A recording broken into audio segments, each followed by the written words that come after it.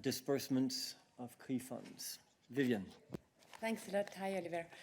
Indeed, we are happy that this Corona response investment initiative is well underway, and the cooperation with the Commission and the Member States is very intense, so making sure that these funds are dispersed as soon as possible.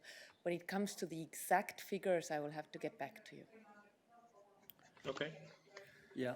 And second question, Oliver. Second question. There has been some criticism amongst member states, but also amongst researchers concerning the fact that about I think 2/3 of the money that you propose in the recovery fund will only be dispersed by 2023. So it's going to take quite some time until the money actually reaches regions and companies and so forth. And we all hope that by 2023 the recession is actually already over. What do you make of the criticism that the money is actually not coming quickly enough? And is there anything that could be done about it? Or is the fact that it goes through the usual budgeting procedures of the EU simply means it takes time because you need projects and you need to make sure that it's properly planned and controlled and so forth? Oliver, can I ask you for a specification, because the recovery fund is not really a concept that we are using. Are you speaking about the overall... whatever the 750 billion... Okay, Next Generation EU. You put forward. So Next Generation EU, the whole program, basically.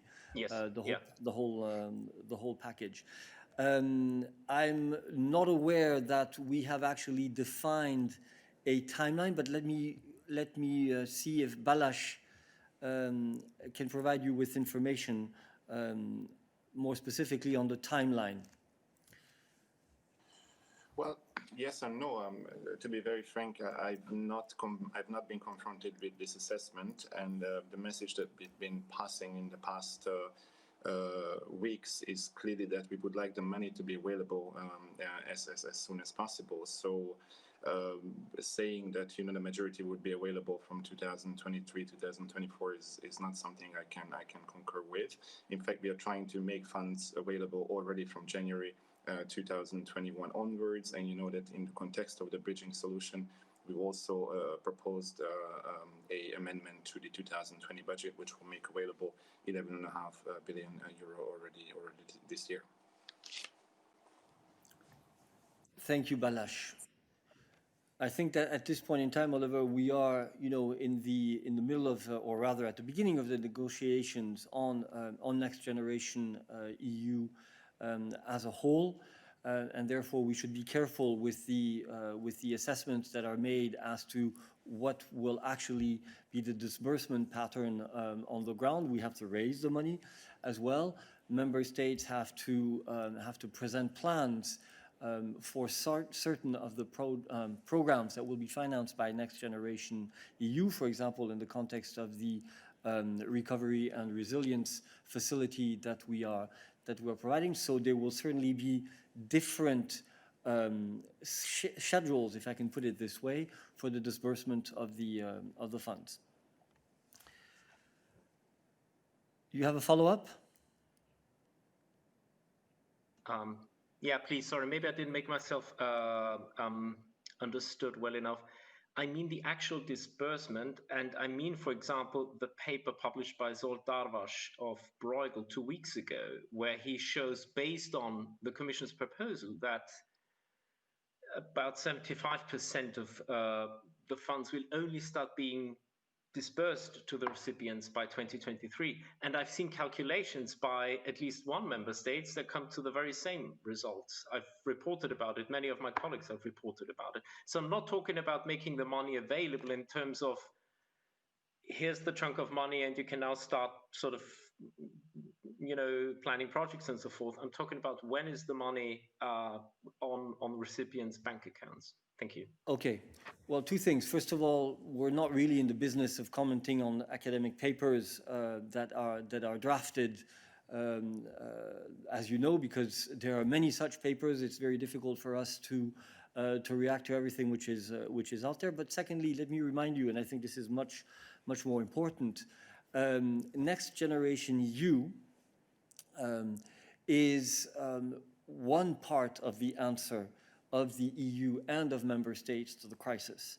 Let us not forget that as soon as the crisis erupted, the European Union took a certain number of very important decisions that enabled member states to deal with the immediate consequences of the crisis. And this is in particular the decision on a temporary state aid framework and the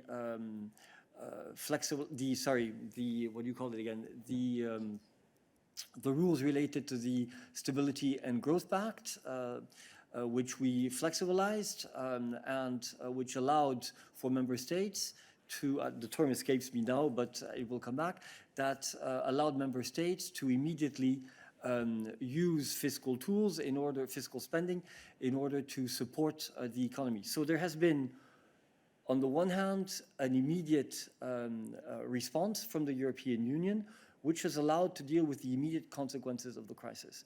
There is in the plan by the Eurogroup, the 540 billion, which the Eurogroup has agreed upon, which also involve, therefore, money which is available to member states and to companies and also to people who are at the risk of being put in part-time employment through the SURE program in order to support them.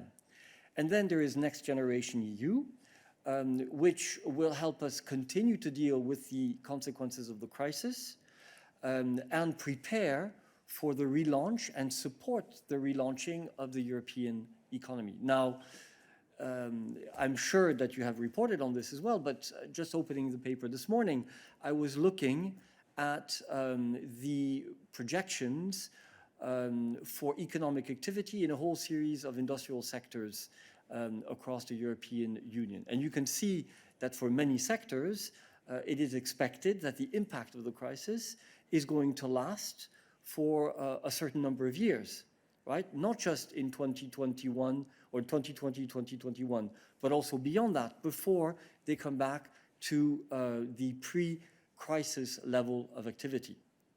And therefore, it seems to me that to have an approach that provides funding for the immediate emergency needs, then to go through, if you wish, the valley of lack of activity and consequences of this immediate crisis, and then helps us rebuild the economy and restart on a new basis, actually makes perfect sense. So whether we should be focused so much on whether the money from Next Generation EU will be there in time because it will be dispersed in 2023, when you already have trillions of euros available for the economy at the moment, is really a question which is open to debate. So I hope this provides you with a different perspective on the issue. And the term now is back in my mind, thanks to my colleagues. It was the activation of the general escape clause in the Stability and Growth Pact. Thank you. Memory sometimes is a tricky thing. Okay,